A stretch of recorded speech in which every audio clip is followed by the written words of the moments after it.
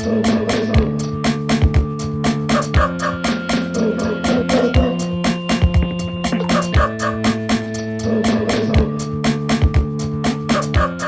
guys, welcome back. Very exciting. Again, this is Gods of Frolic podcast where we talk all about puppy dogs, what they do, don't do, what are their hobbies. If we were transformed into worms, would they still love us? Today's episode is entitled Words and Dogs, or Dogs and Words, whichever you would prefer. We will be focusing on language, how we talk to our dogs, how we talk about our dogs to fellow humans. All the words flying around all over the place. Also, I am very aware of the irony of using all of my language and my verbose manner to talk about language itself, so if this gets a little too trippy, we can take a break and switch to barking, I don't know. For now, I think we can handle it. I think we're ready. Let us talk about talking itself. When I began studying positive reinforcement dog training, one of the very first lessons was the things we ask dogs to do. Sit, stay, go to your bed, down. We do not refer to these as commands. We call them requests. Now, I will freely admit, when I first heard this, I maybe cocked my head to the side. I pricked my ears up. I was like, really? Does it really matter what we call it? I mean, as long as the dog's doing it, right? Think about the nature of the words themselves. Before you even start working with your dog, you're already setting a precedent. You're already setting a tone. So then the question is, what do you want that tone to be?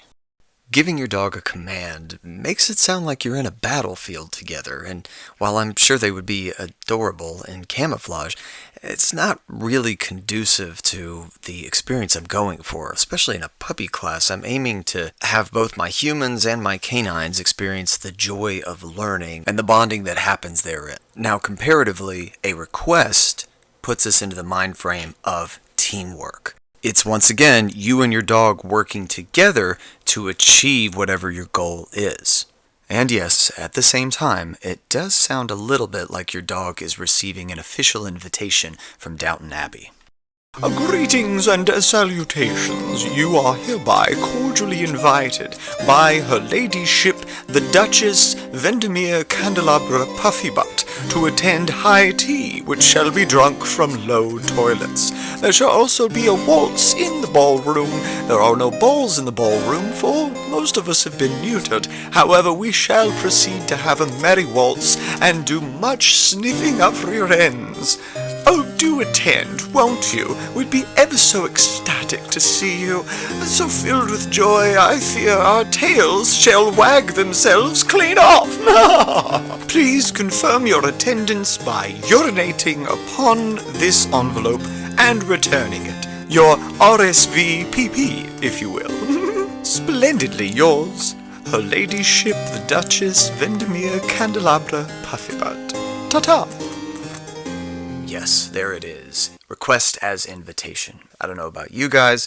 I personally would be much more interested in attending Her Ladyship's wonderful gala event rather than show up for somebody who's yelling at me to do a job. Remember that we're engaging in translation, yes, and communication, but I also like to think of it as the art of diplomacy. There's a quote that I absolutely love attributed to a Sir David Frost that says, "The art of diplomacy is allowing someone else to have your way." Yes, how clever. Sorry, Lady Puffy Butt still with me here.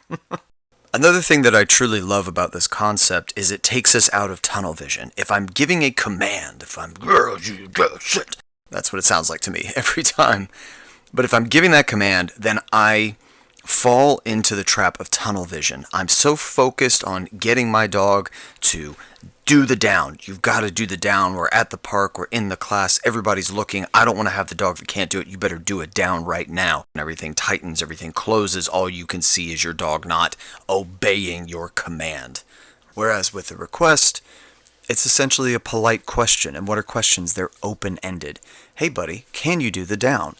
Then we get to see what their response is, right? Imagine someone asking for a down from their dog. The dog makes eye contact, but suddenly cuts their head to the left, looks at a tree, you follow their gaze. There's a big fat squirrel making obscene gestures at your dog. Your dog looks back at you. This is them essentially saying, hey, listen, I know we worked hard on the down at the house. I'd love to do it here, but we got to do something about this squirrel because, oh my God, did you see he just flipped us off like 5 times? And this is where the teamwork present in the idea of the request comes into play. Your answer is yes, that is a very rude squirrel. Come on, buddy, let's move over here. And let's say you're in a class, you let the trainer or the teacher know, hey, we're going to move over here, there's a squirrel. Okay, cool. As you move away from the area with the squirrel, you may notice your dog do a shake-off, which is that thing they do where they shake their entire body. It's typically an indicator of throwing stress out of the nervous system. You usually see it as a good thing. Now they may sit, and all of a sudden you see it in their body language. They're a little looser. Their eyes are a little more connected to yours, and you're able to request that down, and boom, you landed. Next, let's move into some biology, or another exciting entry in Your Dog is an Alien.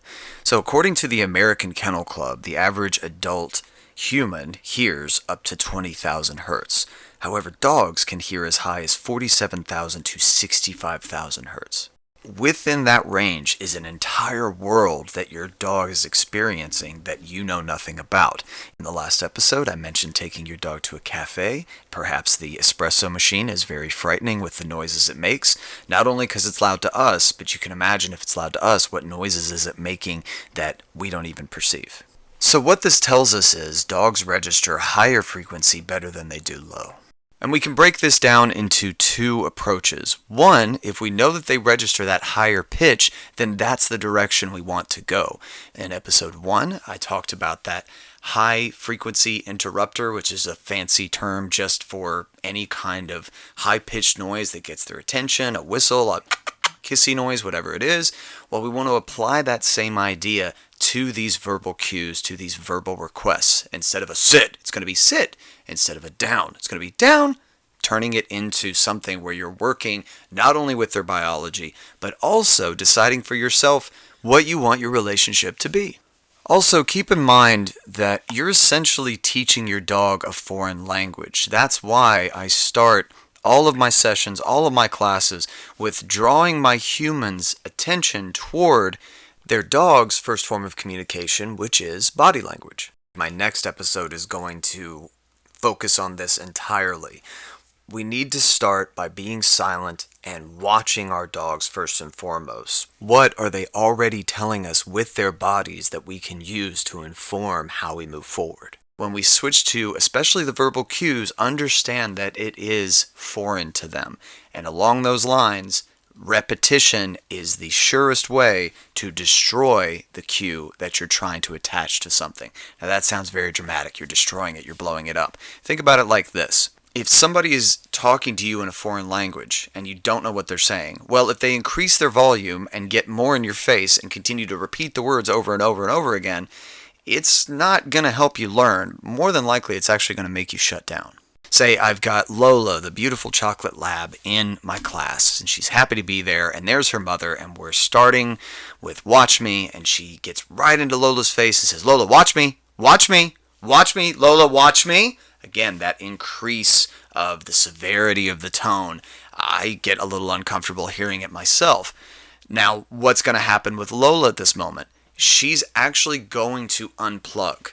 What her mom is doing is meaningless. So the very act of repetition not only destroys it, it actually trains your dog the opposite. Oh, when you start to make this noise over and over again, you're back to speaking that foreign language with zero context. So Lola says, okay, well, I guess mom's having a little moment or something. You know what? I'm going to give her some space. I'm going to go sniff this flower. Here's a rough idea of what to do instead. Now, if you're up to the point of using verbal cues, remember we want to go with that higher register. Lola, watch me. It's very important that you give her a little bit of time to respond. Dogs have a 5 to 10 second short-term memory. So what that means is they're processing that information and they will maybe look at you, maybe not, but there's a window of time that they might need because, hey, maybe Lola's a little distracted. So you let that hang in the air for maybe like 3 to 5 seconds. Maybe she turns and looks at you. Great, that's what you've got. But let's go on ahead and go back to that foreign language. She really doesn't get it. She's not listening. Well, in that instance, we now are going to go back to Lola's world on her terms and hook her one of her most powerful senses, which is smell. You would take a treat, put it back to her nose, touch it lightly, and then lead her nose up to your nose, keeping your back straight. You don't have to get in her face. I know they're very cute. We want to kiss them on their foreheads all the time, but we can have a little space. You're going to lead her gaze back up to you, say, watch me. As soon as she looks at you, she gets the treat. Now you have formed an idea, at least even the beginnings of it, of, oh, when you make that noise, you want me to look at your face. Okay. And right here is the moment where the magic can happen. And what I mean by that is one of my top experiences in class is when the human slows down enough, the distractions are pushed to the side just enough that the dog and the person can figure something out together. And then you guys get the mutual victory of like, hey, I said watch me and you really held it. And then they say, yeah, I did. That's what you were saying the whole time. Oh my God. Again, the joy of learning. Okay, so a little bit ago I mentioned approach 1. Now we're going to talk about approach 2, which is mainly addressing that authoritative, harsh tone of voice that I was talking about, the sit, down, stay. Unfortunately, this is connected to an idea which has been disproven by the science over and over again, the idea of dominance. Well, I have to talk to him this way in order to get him to listen. No. I would appeal to you at a scientific level, which is to ask, what is effective? What is getting you what you want? Here's a story that concerns exactly what I'm talking about. So in one of my classes, I had a Cane Corso named Scarlet. And if you've never seen one of these dogs, look them up right now. They are amazing. They are these beast hounds from Hades. It's basically Cerberus minus 2 heads, right? And Scarlet was a perfect example of her breed with the top of her skull coming up right about to my rib cage. That being said, she was the sweetest baby puppy you've ever seen in your life. Just happy to be there, completely belying what you saw on the surface. And she was a joy to work with. Her mom was equally friendly, always came to class with smiles. When they get stuck, they'd work through it. She took all of my advice, and after about 6 weeks of working with them, Scarlet had everything. She had a solid sit, solid down, great recall, was meeting other dogs, and even seemed to be a bit aware of how big she was and would kind of back off accordingly, which is something that I look for in bigger dogs. Well, week 7 rolled around, and here came her dad, who it turned out was a military recruiter. The guy came in like fatigues, the whole thing, showed up, and then proceeded to start to do what he wanted to do. He started the whole class by meeting me and saying, "Hey, Mike, all right, well, I'm here to see what you've been teaching my dog." And just again, automatically, he's like, oh God, here we go. Now, that being said, it wasn't that he was abusive or anything. He was just very, shall we say, enthusiastic. He really, really, really wanted to take part in that thing I'm talking about, which is the authoritative. Very, very intense. Everything I was hearing from him was, "Scarlet, sit! Scarlet, down! Scarlet, open fire! Who's a good girl? Who's a good murder girl?"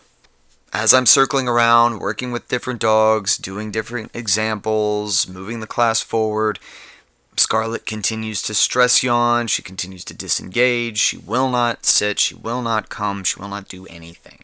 After about the 4th time of telling him, hey man, you need to try higher pitch, try it as an invitation, try to, sit. It's just she has a better chance of hearing you.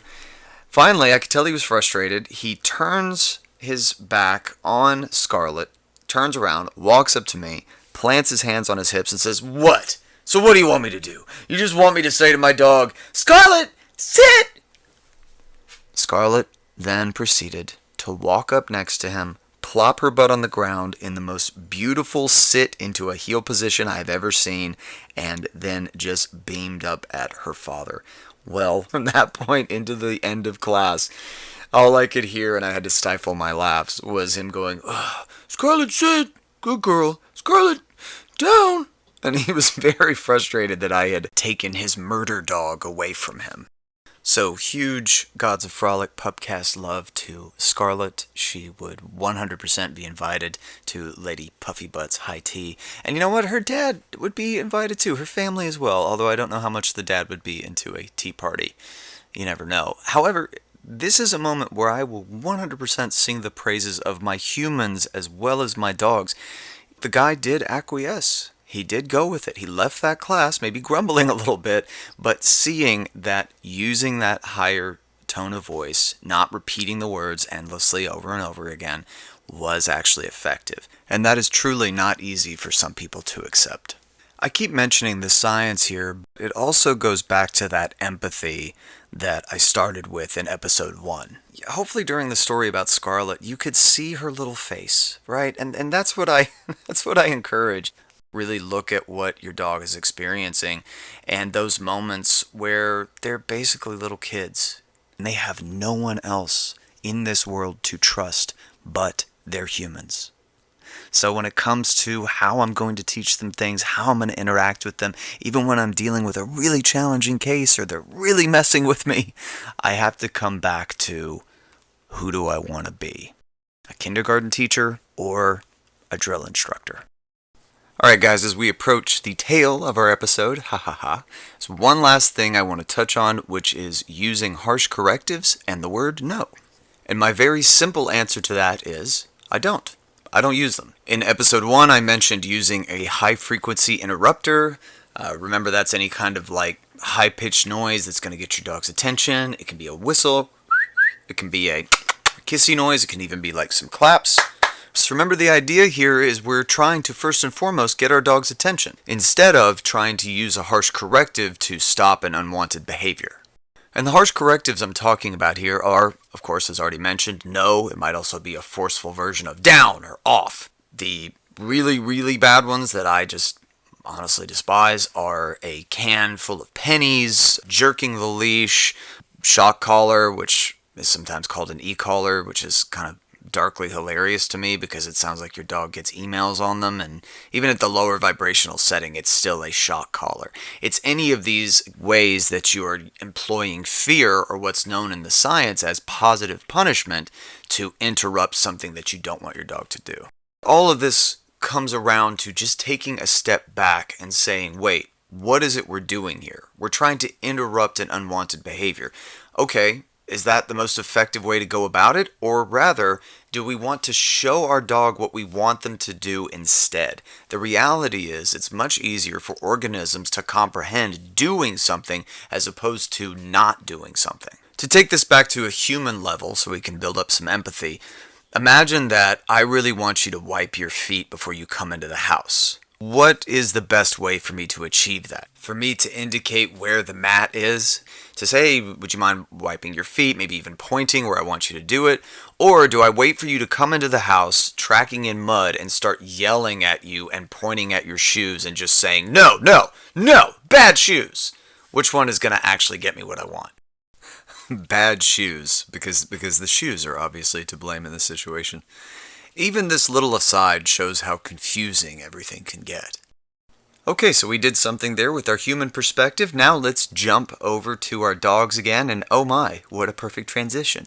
Jump! Yay! It's everybody's favorite. Your dog jumping on people as they come to the door. Couple different directions we could go with this one. If you've ever gone over to someone's house and their dog has started jumping on you, you get the person who's like, oh, hey, I'm sorry, no, oh, God, stop, Rex, down, sorry, he's just really friendly, yeah, just get it out of his system. Oh, I'm sorry, are those new white pants? Wow, they did look nice. And that one's pretty bad, but you guys know what I'm going to say. The worst experience for me would be the person that is trying to use their mouth like a cannon at their dog. No, Rex, stop jumping! I'm sorry, he's not supposed to do this. No! Down! Sit! Down! And, all of a sudden you're like, listen, man, we're just packed into this tiny foyer together. I'm very uncomfortable. The jumping is better than you yelling. And it's amazing how much people will get stuck in that scenario, just being like, I cannot leave the foyer and I cannot change anything. All I have is my voice and I must scream. That's it. That's all they have. That's a matter of getting stuck in that tunnel vision that I mentioned earlier. And I do want you guys to realize that I am perfectly aware of how much this episode I have done the sit down straight. It's because I want you guys to really feel in your bones how deeply annoying and useless it can be. So what do we do with our beautiful little kangaroo babies whenever Aunt Gertrude, who's 97 years old, is coming by for a visit? Well, we don't want to have the Wild West of them coming inside and just hoping she can cling to her walker. No, we want to do one of the very first things I do in any of these situations, which is to be preventative. Okay, I know this guest is coming over. I know that I don't want my dog to jump. How about I meet them outside on leash? This is what I do with all dogs. Even if it's dogs that I know don't have any issues, I never walk into a house with a dog that I haven't met without there being protocols in place. Every client, all my new clients, I say, hey, I'm going to text you when I'm on the way. I'm going to call when I arrive, and you can bring the dog out. And sometimes they're confused. They're like, well, we don't have issues outside. It's inside. I go, yes, but the very act of a person coming into the house can be so triggering, so overwhelming, that we want to sidestep that. So by meeting outside in more like a, shall we say, neutral territory, then we can have your guest go in first, and all of a sudden it's a different scenario. Your dog isn't stuck, again, sometimes at the front door where it's like a small, confined area, which is going to add more pressure in a physical and in an emotional way. And once we've established that, remember, it's just one step. We then get to the dogs that can have people come over because they have another task assigned to them. Oh boy, it's Aunt Gertrude. She's amazing. I love her. But I'm not allowed to jump on her. Wait, what do I do instead? Oh yeah, I go to my bed. And then she comes in and she gives me a treat and she says hi to me. Oh man, yeah, let's get to the bed. Let's do it. Again, incentivizing as well as creating a pathway in the brain that shows here's what I want you to do as opposed to negating.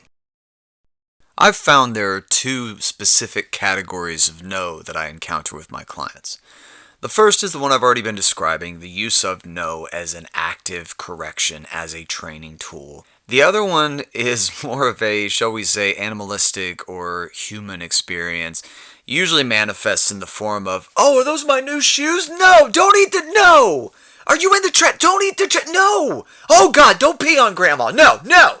These are what I would term a rite of passage, especially if you got a puppy. I think everybody has some kind of story of so then I left him alone for 5 seconds and, oh God, no. This isn't that different from our own experience. Talking about children, or as I call them, human puppies, there's plenty of stories out there that easily fall under the title of, oh God, no. When I was a kid, we were in a mall and my mom was getting out of an elevator and I guess she forgot she wasn't holding my hand because as she turned to be like, where's Mike? I was standing in the elevator by myself, waving at her, saying, bye-bye, Mommy, as the doors closed. And in that panicked moment, she didn't know if it was going up or down or what. That is absolutely an example of an emotional no moment. Consider this a reminder that we are not perfect. In fact, perfection is our enemy. I can't make progress with my clients unless they are being just as empathetic and patient with themselves as I'm asking them to be with their pups. And you guys are going to hear me highlight that a lot. It's something I'm going to return to over and over again as the podcast continues. I need you to take care of yourself as much as you're taking care of your dog. The best metaphor I've found for this is what we're instructed to do in an airplane, which is as soon as the oxygen masks deploy, you want to make sure you put your mask on first before you try to assist others. It's the same idea here. You have to take care of yourself first, then you can be there for your dog. And that's the note we're going to end on today, guys. Thank you so much. This has been episode 2. Woo, we got it done. Next up is going to be episode 3, which is going to be all about body language. So do some stretching, put on a full unitard, and I will meet you guys at the ballet studio where we will go over. I'm just kidding. We're not going to do that. But we will be talking about body language with your dogs. Thanks, you guys, for listening. Bye.